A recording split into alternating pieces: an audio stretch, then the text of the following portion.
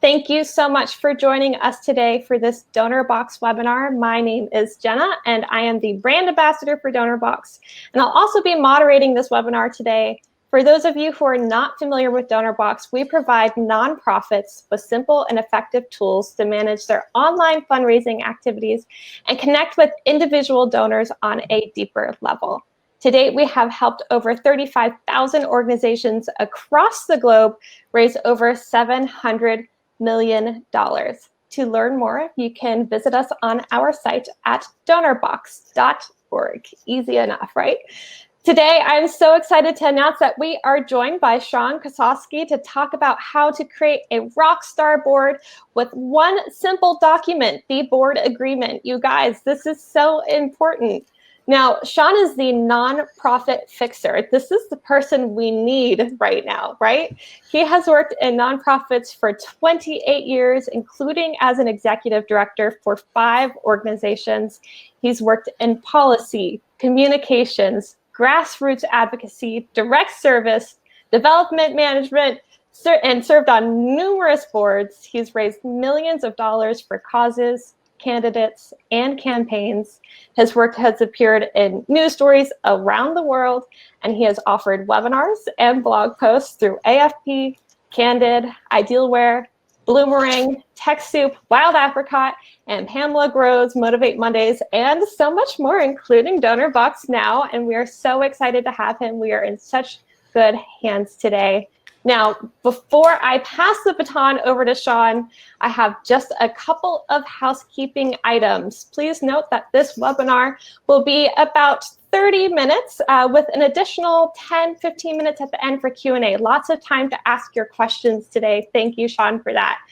We are recording this session. Do not worry if you have to hop off in the middle. We will be sending this session, this recording, and the slide deck to you after the webinar, so tomorrow. You will notice in the right-hand corner of your screen, there's a chat box. Most of you have found it. Please utilize this section to ask your questions throughout the webinar, and we will be marking these behind the scenes so that we can answer them at the end. We also have lots of awesome resources loaded for you. As we launch those, you will see those pop up on the left-hand corner of your screen. You can click on those, and they will open right up. Okay, now that I've got everybody pumped up, please give Sean a warm welcome. We are so excited to have him. Sean, take it away. Excellent. Thank you so much, Jenna. And for everyone at the Donorbox organization, thank you so much for having me and hosting me. And I'm so excited to dive in today. So we're just going to dive right in. I tend to speak quickly, so today I'm going to try everything I can to move a little bit more slowly so we can dig in really thoughtfully to each slide. But as Jenna said, we'll be here about 30 minutes talking through the content, and then I can answer any questions we've got till the top of the hour. So let's just dive right in. So again, my name is Sean Kosofsky. My moniker is sort of the nonprofit fixer. I use that name because I love to sort of dig into nonprofits, find where there are problems or inefficiencies or challenges and try to fix those and try to help. I'm a generalist. I have done a lot of different things in nonprofits, but I'm not a specialist in any one particular area. But I can probably help with a wide variety of things, and that's sort of the nonprofit fixer sort of name to me cements like this idea that I can really help in a broad set of areas. As Jenna mentioned, 28 years in nonprofits. I got my start at 16 years old, working for the YMCA, and sort of been stuck in nonprofits my entire life. And I love this space. I love this these different organizations and movements that I've been a part of. And I have been an executive director for 5 different organizations. I currently run a climate change organization in San Francisco, a national organization. Also, my background is sort of in political, charitable, and advocacy organizations. So I've done a lot of work in political campaigns, ballot measures, local, state, national, 501c3, 501c4, political action committees, a wide variety of sort of entities, and served on a lot of boards, ACLU, Oakland County, and Metro Detroit. I've served with the Planned Parenthood Board in North Carolina. and lots of other boards, State Voices, a civic engagement organization nationally. So lots of different boards I've worked in and served in that capacity. So I have a lot to draw from in today's conversation. And my business is mostly focused on courses, coaching, and consulting. So I do some coaching of board chairs and executive directors and other staff. I do a lot of consulting around the country, and also I sell courses that people can take so they can learn on their own at their own pace around how to run a nonprofit and how to fundraise. So what you're going to learn today, we're going to talk about what boards are and why they need help. We're also going to talk about why board agreements are so powerful and needed and completely underutilized. We're also going to talk about the elements of a board agreement, and we're going to talk about how to implement them. We're also going to talk about how to enforce these board agreements and when to review them and when to amend them. So that's a little bit of that. Just a quick disclaimer, just know that anytime I'm giving any kind of course content or training or workshop or anything, this is just my opinion. This is just my advice. Whenever you're using or implementing anything I say, just use your common sense. Don't sue me if something I say ends up going terribly wrong. It won't, but if it does, it's a disclaimer. This is my opinion. I'm just a trainer here. So I did this before all of my trainings. So in the chat, we're going to do a poll. Jenna, I think you know how to launch this. Or should I just say it? Okay, we'll just do this in the chat then. So in the chat or on your notepad, if you have a notepad next to you, if you're taking notes, write down one thing that you wish your board was better at. And I'm going to read some of these things in the chat. Staying informed, being responsive, fundraising, engagement, networking, caring about our impact, being engaged, PR and marketing, accountability. I'm sure everyone reading this list right now is like, yep, that's my organization, or yep, that's totally practical.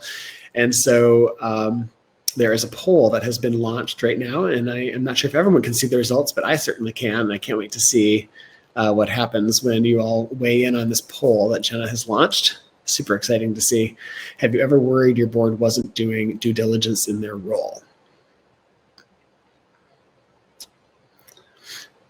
Excellent. Lots of people filling it out.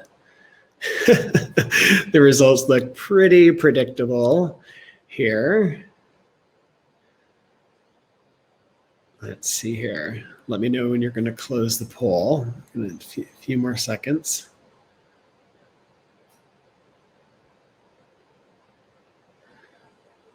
All right, we can probably close that now.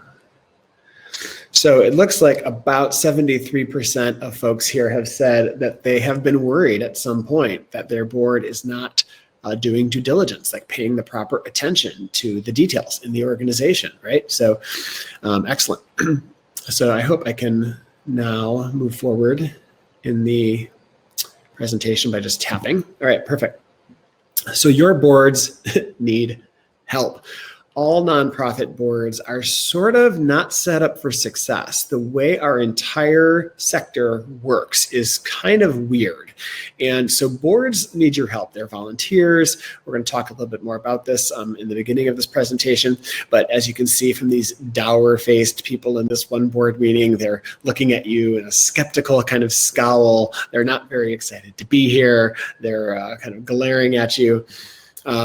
But we need to talk about why boards are a mess in the nonprofit sector. It's this really, really bizarre structure. They don't operate like corporate boards, right? So nonprofit boards are typically made up of unpaid volunteers who are not experts in running nonprofits and usually not experts in the subject matter area of your nonprofit. So how and why are they here? Like, why are people running the place if they have no experience or expertise or training or orientation or background in doing this? It is a really, really weird structure that we have in nonprofits. Yet this is what we have. And until there's some structural change around that, the vast majority of nonprofits operate this way. So when you sort of understand and know that this is how nonprofits work, you can feel like I'm not alone. Every other nonprofit is struggling with the same sort of bizarre structure, right?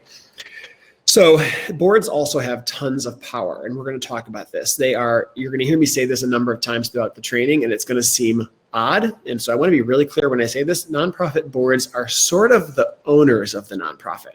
Of course, they're not technically owners like a company or a business, but they're sort of in the eyes of the law, like the owners, right? So they have tons of power. They can dissolve the organization, they can fire people, they can do whatever they want. They just have all the power. So you have all these people that are inexperienced, many times not experts in the issues or in nonprofit management, and they are running the place. Looks like my emoji is bleeding over into a word here, and that's fine. I'll explain it. So the old way that we used to run nonprofits, and I'm a big advocate of a new way, and I'll talk about that in a second. The old way we run nonprofits is to really have low standards for our board. So we'll just grab any 12 people we can who are willing to show up, do the work, and be in a warm body in a warm seat like 12 times a year, and just sort of like, please, can you raise a little bit of money? Those low standards, like please, like building a board is a chore. Can I just please have quorum? Can I get enough people to fill my board? That's how a lot of nonprofits operate, and it's not the right way. Because we have low standards for our boards in a lot of places, and the structures are set up to allow that, really, we also end up having low accountability. So we don't have a lot of holding people accountable for doing what they say they're going to do. And that's what today is all about, this board agreement that we're going to talk about. There's also typically very little strategy, like how do you actually build a board? It's pretty haphazard. You just grab anyone who's a good person who says they'll help out. There isn't much strategy in board building. Universally, this is not 100% the case, but about 90% of the case, most boards don't have a strategy. There's also very little diversity. And when I talk about diversity, I mean diversity, equity, inclusion. We have not historically done well in diversifying our boards. And mostly white-led organizations or male-led organizations have particularly done a poor job in this area. And so that is like the old way, right? We need to break out of this. We also have had bad orientations. The number one reason why board members say that they are confused, frustrated, or unhappy with their board service is that they never got an orientation. So I'm going to repeat that because that's data for you. The number one reason why board members say that they're confused, they don't ask questions during meetings, they leave, morale is low, is because they didn't really get a good start. They didn't get a good orientation about how does this work? What are the norms? What's our culture? How do we ask questions during meetings? That orientation never really happened. There's also, in the old way, low engagement, right? And high dysfunction. People arguing, fighting, backstabbing each other, sometimes building coalitions around each other to make a certain vote happen. You don't want any of that. But the new way to build a board that I'm a big advocate for is to have high standards, to not let your board off the hook, to say, we are making you one of the owners of this corporation. And that comes with a lot of responsibility. And we don't want you here unless you take full responsibility for running this organization where a lot of people's lives are in your hands, right? So having very high standards for your board will shift the expectations you have and how you build out your entire organization. It's more work, but you will get better results. Having a strategy. What are we going to do methodically and strategically to build this organization? Do we need to be more diverse? Do we need to be more national? Do we need different skill sets? We are going to build and add people to our board that sets out and achieves that strategy. Division of labor. Do we need people who are going to handle certain things in committees? People who are really good at bookkeeping or really good at law. Division of labor is really, really important. Diversity is an advantage. It is not something we do to be polite or something to be nice, or we should do it because it's a socially accepted norm. Diversity makes organizations more powerful, more adept, more resilient to future changes. Organizations are stronger when there's a diversity of opinion, backgrounds, culture, language, age, everything. You don't need all this diversity in one moment, but over time, an organization needs to be bringing in and factoring in different diversity. Accountability. You need to hold people accountable. Board members don't get to stay there forever. They have unless they want to, and the organization is happy with their service. But basically, you need to hold people accountable. They are legally accountable to the organization, not just ethically. Also, thoughtful onboarding. The new way is making sure that as people come into your organization, just like staff, you are giving them a thoughtful onboarding. And part of the new way is having fun and productive meetings. And with this, you will no longer have a board scowling at you, looking at you like very suspicious. You will have people applauding you, loving the meetings, wanting to lift you up on their shoulders and, treat you like an Olympic champion. And this is exactly the kind of board you want. And hopefully you can get them after this training. So what are boards? This is something, again, I mentioned this earlier. I'm going to say it again. They bristle at this, but they are corporations. Nonprofits are not-for-profit corporations. I'm going to say that again. Not-for-profit corporations. We hate thinking of ourselves as businesses or corporations, but for-profit and not-for-profit corporations are corporations under state law.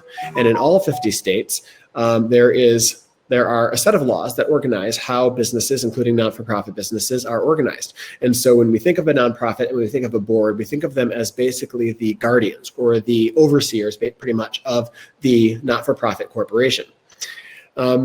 States, in all 50 states, I believe all 50 states have some rules around how you create corporations and not-for-profit corporations, including how the bylaws have to look, how many board members sit there. So states really are where you incorporate. You create the thing there, you go to the IRS for your tax exempt status, but you're incorporating in a state, and states have rules. So a board is a corporate structure, a corporate governing structure that is there to make sure that the entity that you've created, that the people of the state of Wyoming or Michigan or wherever, the people of the state are entrusting that you're going to do good things with this structure that the law has created for you. So boards own the nonprofit. They don't own it like I own a glass or a cup or a mug or I own a house. Boards are the owners because in the eyes of the law, they are the only entity. Sorry, my phone is going off here for a second. Let me just turn that down. Obviously, the one beeping thing I didn't think of. So boards, technically under the eyes of the law, are the owners of the nonprofit. They are ultimately responsible, not the executive director. The board transfers responsibility to an executive director if they're lucky enough and have the money enough to hire an executive director to do the day-to-day operational work. But under the eyes of the law and the government, the board owns the place, right? So this matters because any owner of any corporation is responsible for revenue. I'm going to say that again because this is something that trips people up. Nonprofit corporations are corporations. All corporations in all states, anywhere in this country, have a responsibility to be financially solvent, to pay the bills, to make sure that if you're passing a budget, you are resourcing that budget. So board members are responsible for revenue, period. And every time we let them on our board and don't tell them about fundraising, we're letting them off the hook legally. Like you legally need to ask them to fundraise. So the biggest challenge for nonprofits isn't necessarily fundraising, even though that's one of the biggest things people mention. It is having a great, high-functioning, educated board that is engaged. So there are three major areas that I break boards into. Just to compartmentalize this for folks, I think that there are three main areas. The members, the human carbon-based people that make up our boards, the people are the members. And then there's the meetings. Most boards only work or do things when they gather. That's the best work that boards do, is when they're in a virtual or actual physical space together. They convene, they take minutes, they vote, they make decisions, they adjourn. So there are the members on the board, and there are meetings where decisions happen, right? And governance. And then the third part is money coming in, money going out. The three main areas of boards basically can be baked into these three buckets. And all three of them are tackled by the document we're going to talk about today, the board agreement. So the power of agreement. I think we all know that having an agreement on something is pretty powerful, right? If you shake hands with someone or you make a pledge or a promise or you give someone their word, it is a pretty powerful thing. You're putting your reputation behind it. And above all other things, at the end of the day, what do we have other than our relationships and our reputation, right? So agreements are powerful. And that's why this presentation is really, and this training is really about using the power of agreement and solidifying it, right? Agreements get us alignment. Multiple parties have basically agreed on the terms. We agree where we're going. We agree what is and what is not happening here. It establishes clarity. This is what this alliance or this board or this new program is, and this is what it is not. That's what agreements do. Reciprocity and courtesy. By basically putting it in writing and having an agreement, you're saying to other people, I'm agreeing to do this in front of you. I'm pledging in front of all of you. I'm going to honor my word, right? And I want you to do the same. It's just a basic courtesy. There's some social science research around this also. We tend to feel strongly about reciprocity. Someone does something nice for us, we do it back. So when we each agree, people are more likely to honor that agreement. Peer pressure, there is evidence also that we don't want to be seen negatively by our peers, neighbors, family, friends. So honoring our agreements makes it even more powerful, right? Accountability. Agreements help us stay in line and honor what we've said we're going to do because we have something in writing that says you were supposed to do this or else. Transparency, it's in writing. Anyone can see it. You can send it, fax it, email it, copy it. It's right there for everyone to see. And much, much more. So agreements are pretty powerful. I call the board agreement the Swiss Army knife tool in a nonprofit. I am not exaggerating or overstating at the first slide in this training when I say one document can help fix your organization. There's a lot going on in this document, but it is like 2 or 3 pages, and it can save, help, educate, tweak, fix, develop any nonprofit. So I call it the Swiss Army knife tool because there's a number of things going on in here. So someone's asking, will we get a copy of the board agreement? For those who came live, you will get a free copy of the board agreement. For folks who watch later, it is for sale on my website for just a couple dollars. But everyone who came live today is going to get a board agreement. So, and looks like the tool is being linked to you right now. I see a bubble popping up on the screen. So the engagement elements, these are the different elements that are in a board agreement, right? You want to make sure that the board member is agreeing to something, but also the nonprofit has to agree to something. Agreements aren't one way. So we're asking for engagement. I need your eyeballs and your ears, like paying attention in meetings. I need you to do the things you say you're going to do. I need you to avoid conflicts of interest as a board member. I need you to fundraise, and I need you to be loyal to the organization. There are more things going on in this document, but essentially it's about engagement, like showing up and doing what you promised. It's about avoiding these conflicts, about fundraising, and about putting this organization ahead of other entities. Let's see here. So, board challenges. We know that it's already really difficult for board members to stay engaged. A number of people said that in the chat. Board member engagement can be very spotty, if not just incredibly low. In meetings, we see people skipping meetings or skipping committee meetings or skipping special sessions. We see people not following through. Who here read the documents that I sent last night or last week or last month before the board meeting? And no one's sheepishly, people raise their hand. Oh, I think I saw it. Material review, finishing the things they said they're going to do, doing fundraising. All of these things are really, really important. And they are challenges for boards. And I see the picture over here on the right. Boards are distracted. They're volunteers. We talked about this at the top. They have other things going on. They've agreed to do this. They think they're themselves as helping out. So let me off the hook. I'm not getting paid for this. They're sort of distracted. They may not be all in. This doesn't go for all board members, but for many. Excuse me. There's also self-interest concerns. When you're serving on a board, a lot of people really do see board service as something that makes them feel good. I'm here because it makes me feel good. I'm pitching in, I'm contributing. That's perfectly acceptable and perfectly fine.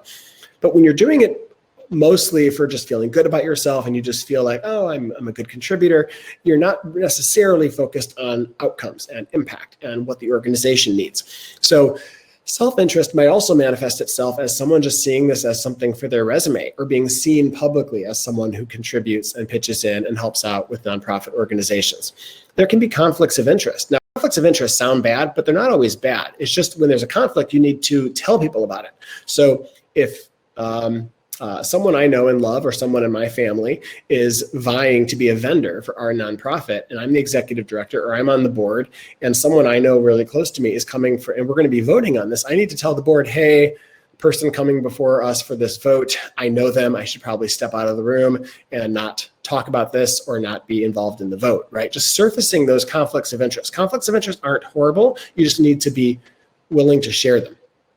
But this is a common challenge for boards, especially local, small, young, or new organizations. Self-dealing also. Many organizations are doing things that are materially and financially and reputationally helping board members. And that needs to be something that is kept to an absolute minimum. Absolute minimum. There are some organizations that are structured to do this specifically and explicitly, but it's really, really rare. So social loafing is something I want to talk about for a second. This is a social science concept about how groups behave. Social loafing is the tendency for groups to be lazier, basically, than individuals are. How many of us have been part of a group study group in college or in some project where there's a group of us put together and someone slacks off, right? When you're part of a group, when you're part of a team, when you're walking around in town square and someone has fallen or they're injured, we tend to think someone else is going to help them, right? Or whether it's this homeless person or this person who's just fallen on the ground or something that just fell off the shelf in a store, we tend to think someone else is going to deal with this, right? We tend to be lazy when we are in groups. So social loafing manifests itself with boards very specifically. If I'm part of a team, maybe I can skip this board meeting because they're going to have quorum without me. I don't need to do the work. Enough other people are doing the work. This happens like every minute of every day on every board. And once you understand that social loafing is occurring, that it is just a standard, no matter how smart you are, how good you are, how rich you are, social loafing is a norm of groups.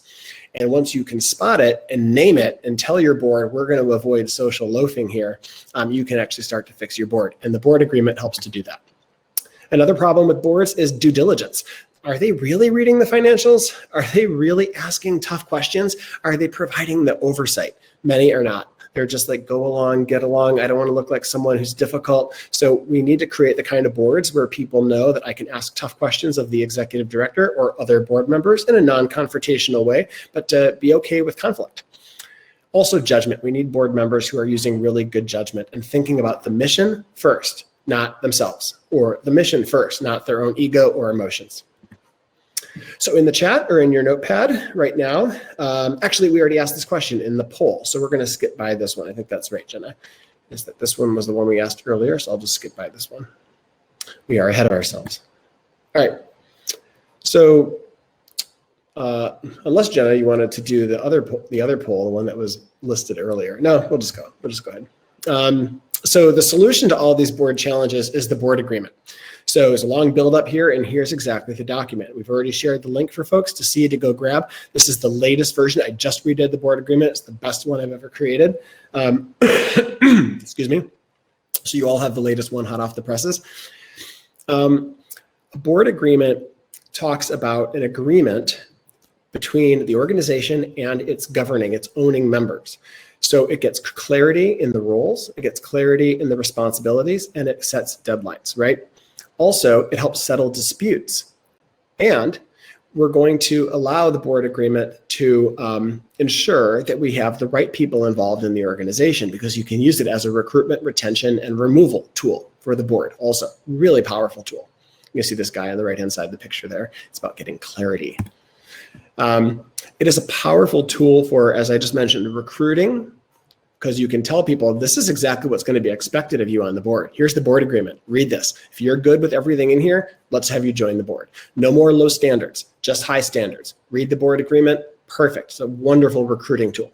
For retention, one great way to retain people is to hold them accountable to this board agreement. If they want to feel like I'm pitching in and I'm helping, I'm contributing, yes, you're honoring the board agreement. As long as you're doing the things in this basically like a job description, you are valuable to us, right? So this helps as a retention tool. And as a removal tool, I can't tell you how difficult it is to remove a bad board member. People feel bad about it. I don't want to have this conversation. Do you want to have this conversation? No one wants to have this conversation.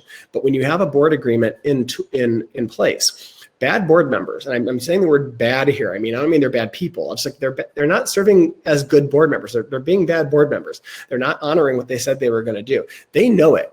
They know that they haven't stepped up, and they'll say to the chair or to the ED, I have not honored the board agreement. When my term comes up, I'm just going to roll off. Let me just help you find a new person. People self-select off the board when they are not honoring the board agreement. It makes removal so much easier.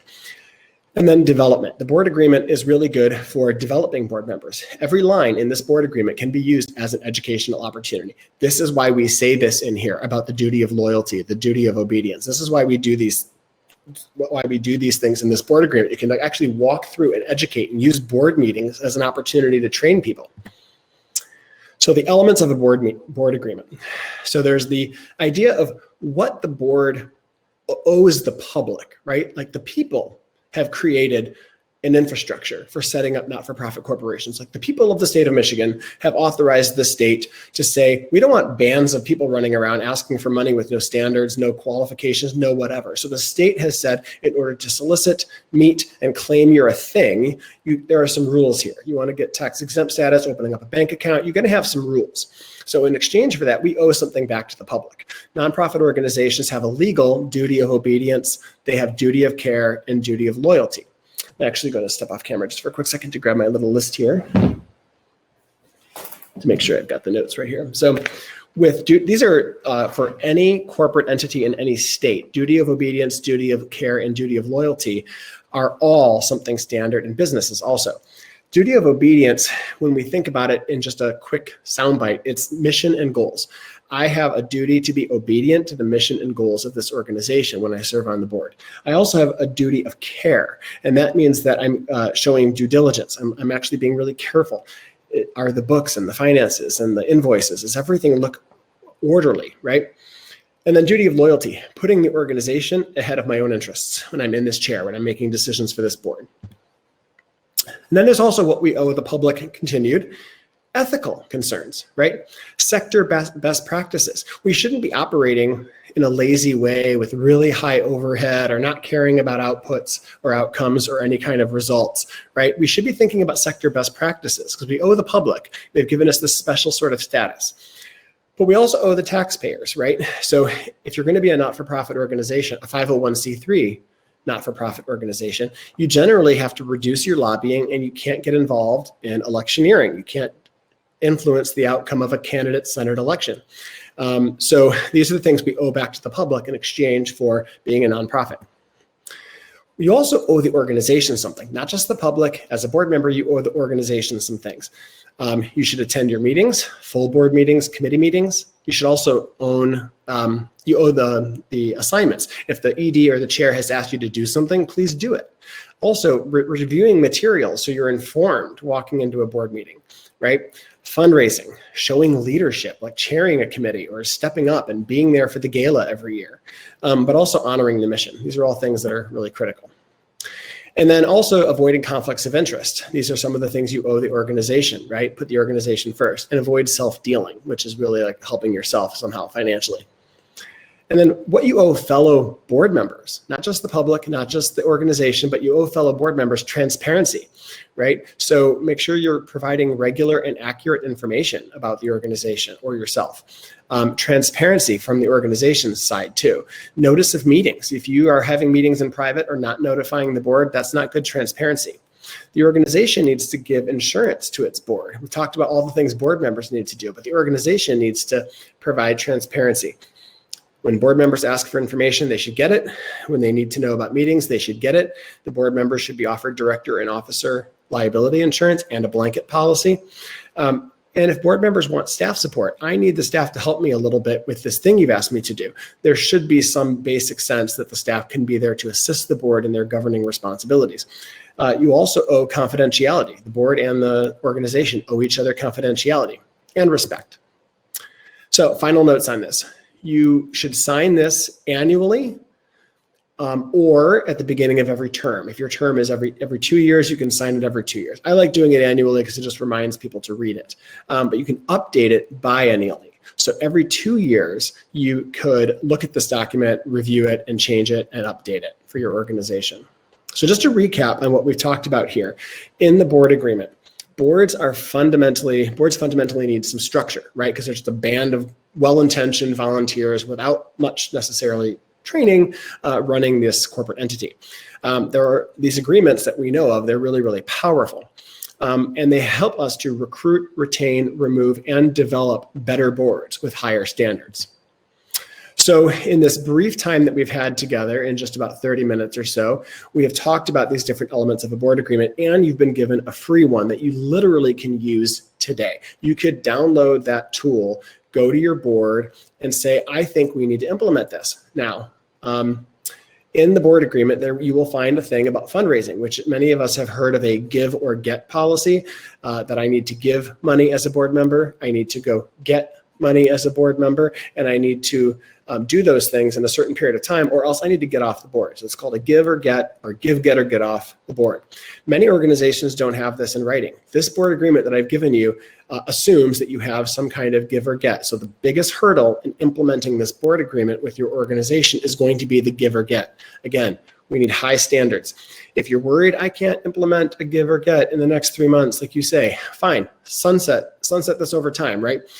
By the summer of 2022, we will have a new give or get policy. If you can't honor that, you have 1 year to get off the board, right? And then find someone to replace yourself. But if your organization is insistent that you're not going to require people to fundraise, I get it. There might be reasons for that, but this assumes that you are going to ask all board members to fundraise.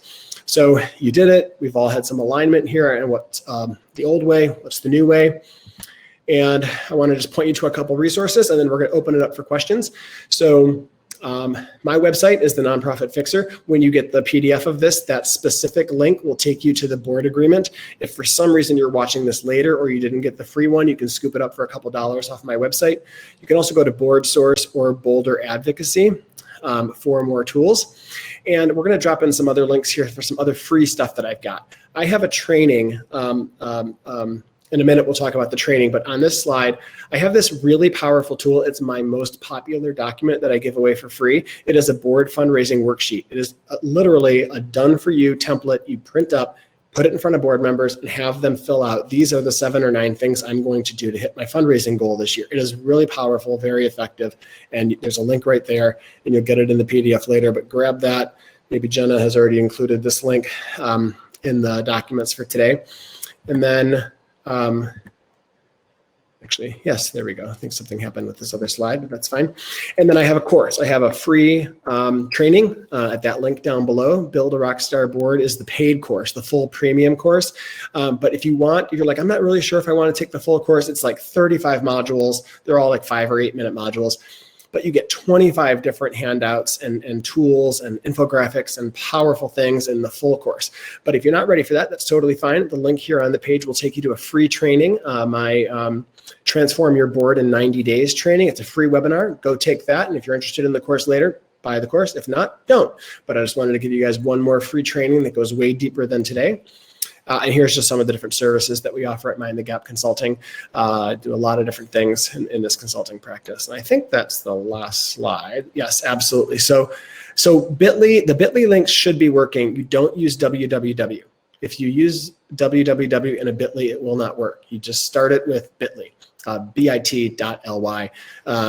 But so that's pretty much it. And now we can handle tons of questions. Thanks so much. Awesome. Thank you so much, Sean.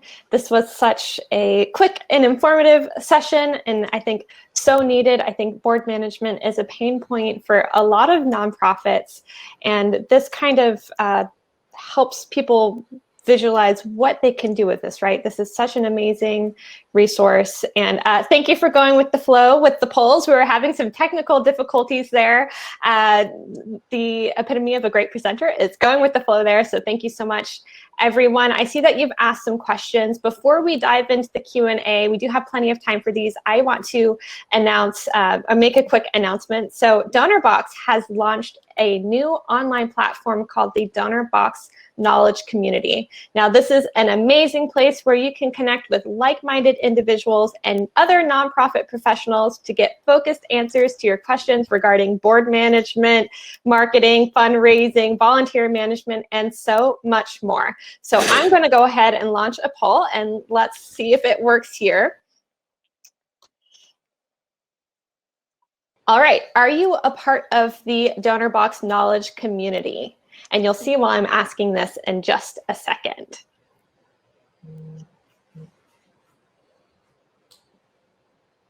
I'll just give it one more minute. Okay, so we have a lot of newbies here, which really excites me. So I'm going to go ahead and drop the link for the Donorbox Knowledge Community. And again, this is an amazing platform where you can connect with folks and get those resources that you are looking for.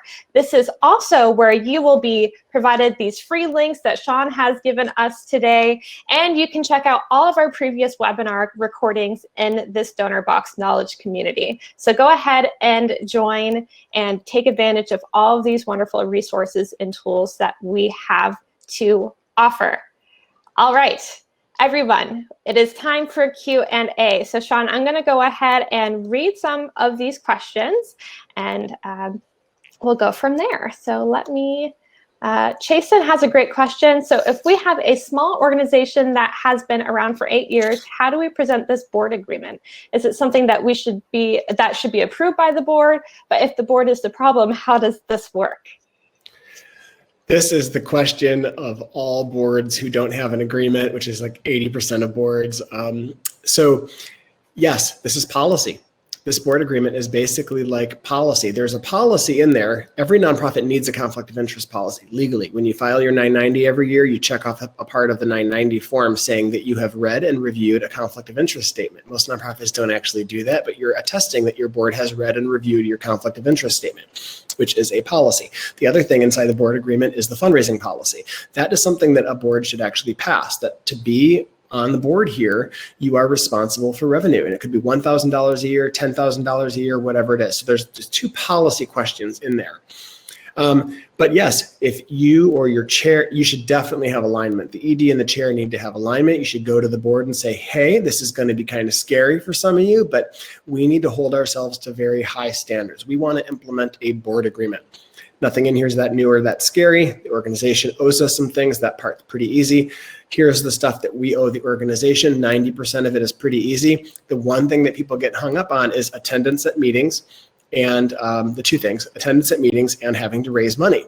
And what you'll find is if for organizations that implement and use a board agreement, they have higher standards, a better board, and better outcomes. So if you have some board members who are like, peace out, I can't do this, I'm going to vote against this, or fine, if we implement this, I think that's probably smart, but it means I need to go. So you can fold this organizational board agreement in waves, right? Like we're going to pass it now, but it takes effect in 12 months or 6 months, right? And that gives board members a time to figure out what to do. Now, the board fundraising worksheet that I gave you makes hitting that financial goal so much easier. Once you break it down, oh, I'll run one Facebook fundraiser. I'll introduce 4 friends to the ED. That little list of like the things you can do to hit your board fundraising goal makes it so much easier. So these tools taken together, the board agreement and the board fundraising worksheet, should make it a lot easier, but this will take some. This is change, and change is scary for some people. So it will be difficult. Thank you so much for that answer. Again, that was such a great question and very insightful there. I think that was probably a question that was on a lot of people's minds because again, implementing change can be scary, and I say this in probably every webinar that we're in. If you don't ask the questions, always no. You need to ask for what you need in order to get what you need, right? So thank you so much for that question. Another question from Jeffrey here is, I have some potential individuals on our board, but we are not getting their commitments and attention. What do I do? Some potential individuals on our board. So I'm assuming they are on the board, not getting their commitments and attention. So if you have a board member who's not honoring, or they're not being a good board member, so they could be difficult or they could just be lazy, right? And I don't mean lazy in a rude way. I just mean like they're distracted. They just got other things going on. They're busy. People are busy. We don't compensate them. So if you've got someone who's just not doing what they need to do, and you think you can find someone better who can replace them, it's time consuming. It's a lot of work, but again, the biggest challenge in nonprofits isn't necessarily fundraising, it's having an awesome board, really, because everything comes down to these people that own the nonprofit, technically. So what I would do is you need alignment. The chair and the ED need to have complete alignment around like what expectations you have for a board member. And it's going to hurt because sometimes you're going to see Steve, who's been here for 19 years, and yeah, his wife is ill and he's got things going on at work or whatever. Let's give him a little time. Fine. There might be some special exceptions for why someone is let off the hook for a window of time. But if I had a board member who is low performing or underperforming, I owe it to our stakeholders, the kids we serve, the parks we clean up. I owe it to the world to deliver impact. And that means I need people who are going to take this seriously. This isn't a coffee klatch. We're trying to change the world here. I need people with high standards on my board. So take that board member who isn't delivering and move them into another role. Can you be on a board committee, but not a board member? A non-voting member of a board committee. So you still get to sort of govern, but you're not a voting member. I'm going to move you into a volunteer role.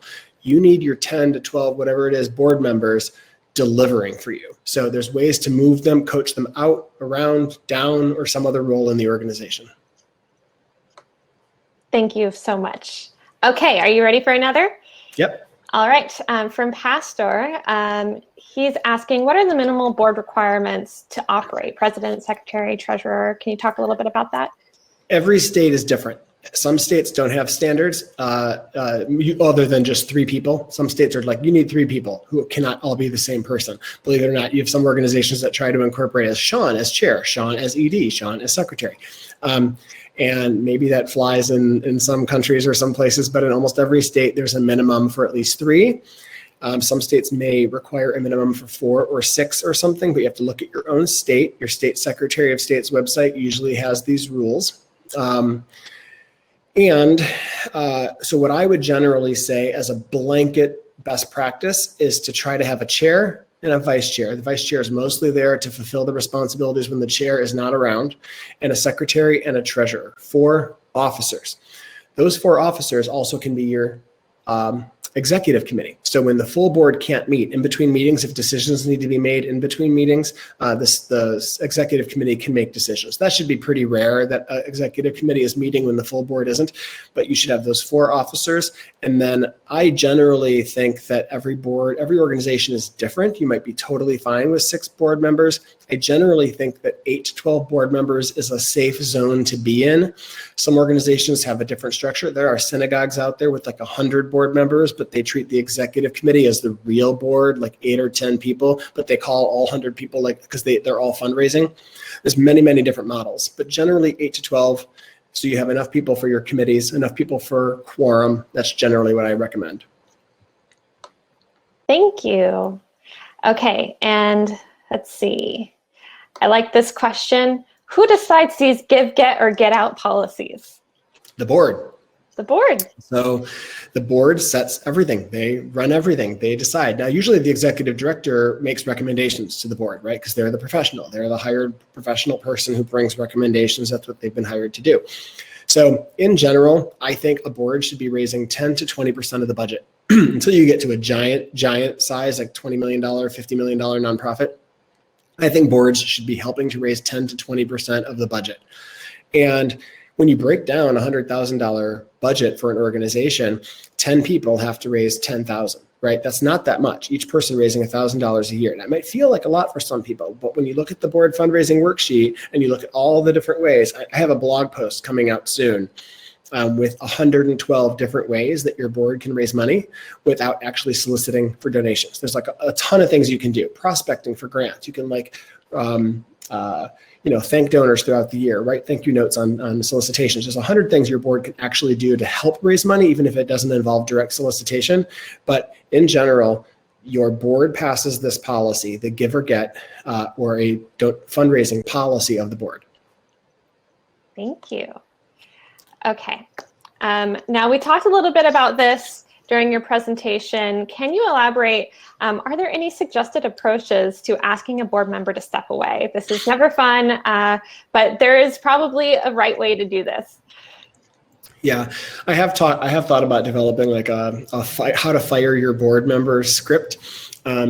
Unless your board member is particularly confrontational or difficult, they usually know it's time to go. So the conversation is actually pretty easy, but we have to be okay with conflict, right? We have to be okay with difficult conversations. That's what leadership is about. You are a leader of your nonprofit. That means having difficult conversations. Step up. Your members, your stakeholders, your foundations, everyone giving you money is hoping you're getting results. And by letting people off the hook, you're not honoring that trust, right? So I would just sit down with a board member and say, hey, Steve, you've been amazing helping us out over the years, but where we're going is different than what our current board members are doing now. In the future, we're going to need this, this, and this. Are you able to do that? I've noticed you've been struggling a little bit, during the pandemic or with your kids or whatever things you're distracted. It's totally fine. But going forward, this is sort of what we're going to need. Can you honor that? Can you step up and do that? If so, we'd be glad to have you for another term. If not, let's partner together to find someone to replace you, and we'll move you into another role in the organization, maybe on a board committee. That's exactly how I would talk about it, and just deal with it. That's what you're hired to do. That's what board members and EDs are hired to do, just to be leaders and have those difficult conversations. Thank you so much for that. And I think that is a very graceful way to approach it, and offering solutions and other ways to support the organization, I think it's incredibly important. And another question from Christine here. Now, are we supposed to have a separate chair as the executive director or president? I've been told I'm in charge of leading the meetings.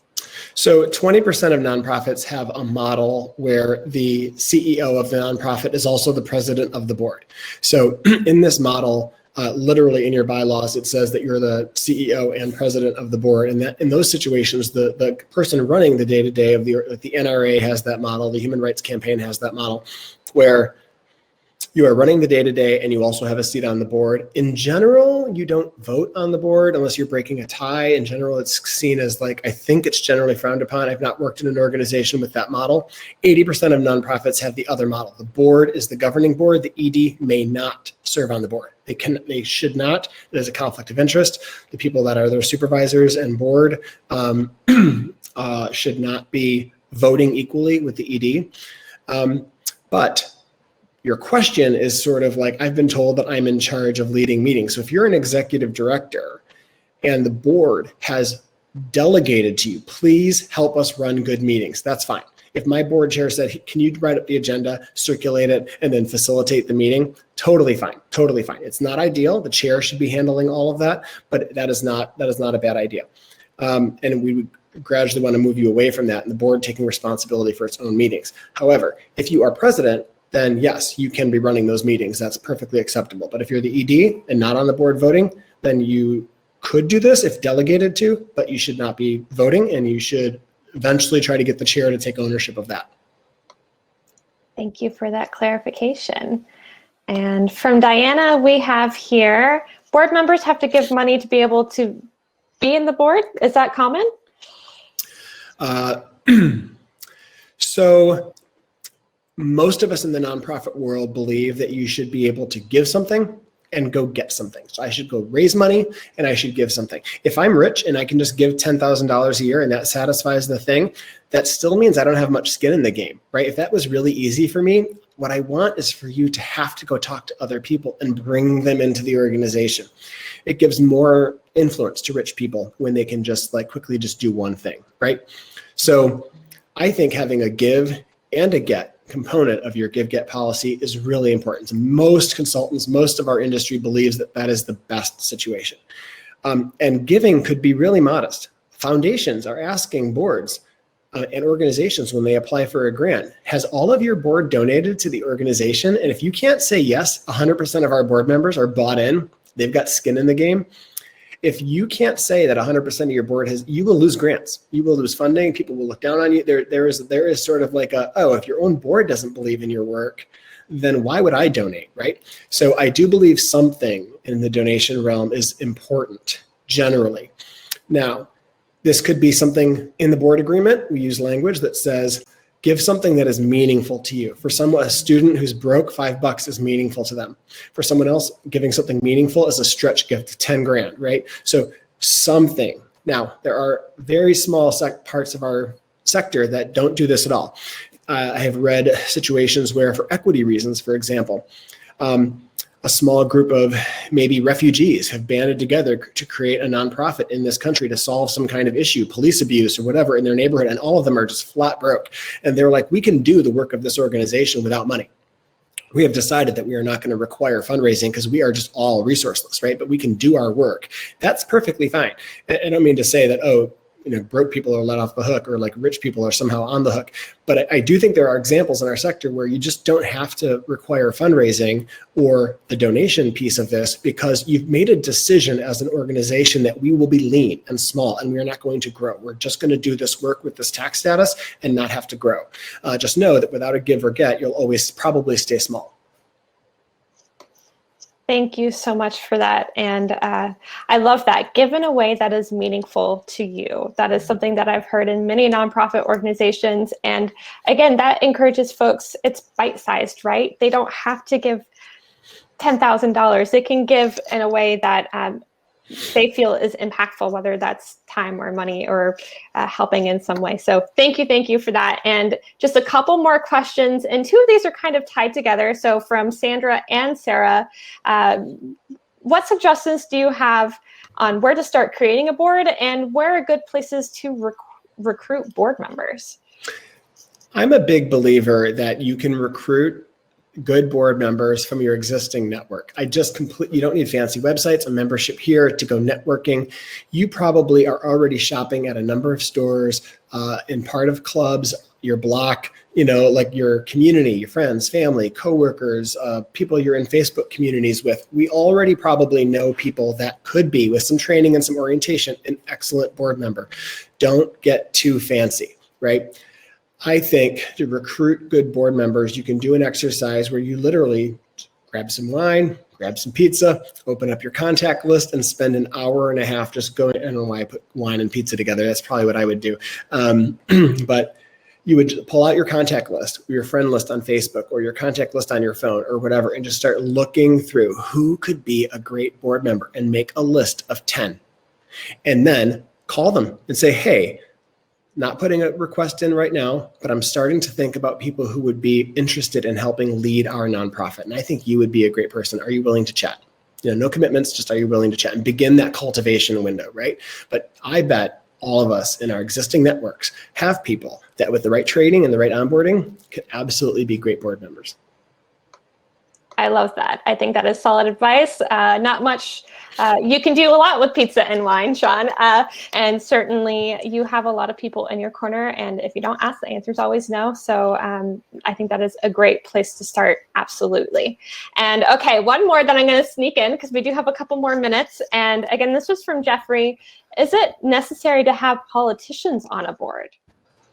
No, it's not necessary to have politicians on your board.